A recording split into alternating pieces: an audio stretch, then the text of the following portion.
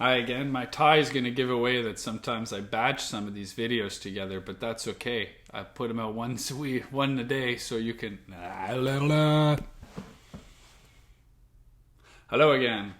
My tie is going to give away that I'm batching together a couple of these videos, but I'll only release them one at a time, so you'll have to wait for them. I wanted to talk today a little bit about Luke 4.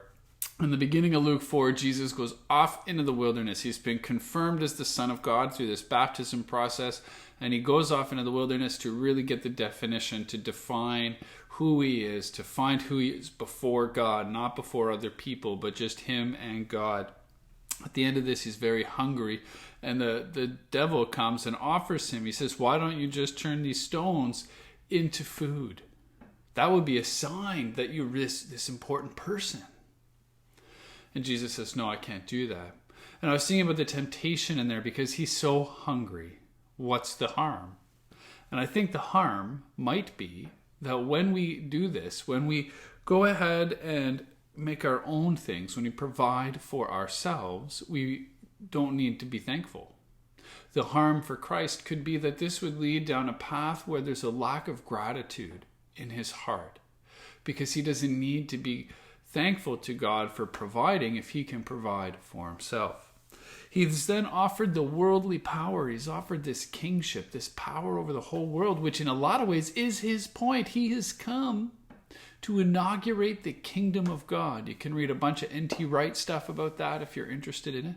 So that again would be a good thing, and yet this isn't the right time. If he were to do it, he might be personal gain. It might be the wrong timing. It's not when God is leading him to it.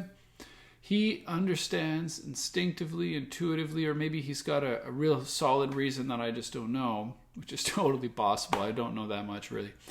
And anyway, he's got this ability to say, no, it's not time for me to do that now. I'll do that later.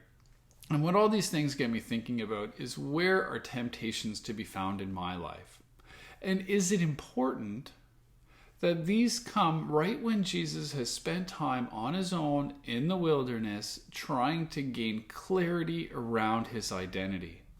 Do you have clarity around your identity? And if so, what questions does that bring up, especially in how you relate to others or relate to the world? It seems to me there's something there, that Jesus is gaining identity, and that's changing or adding nuance or complexity to how he's relating to the world.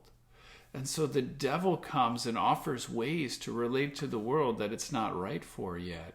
And so I just wonder about that. Where are the temptations? What strikes you as particularly difficult that might actually seem like good, but not the right time? Or good, except not for these reasons? There's something there that we need to pay attention to sometimes. We can convince ourselves of any number of things being good or right or what we should do. And it's like, who are we trying to convince, us or other people, right? So Jesus goes through this temptation, and it's a call for us to ponder our own temptations.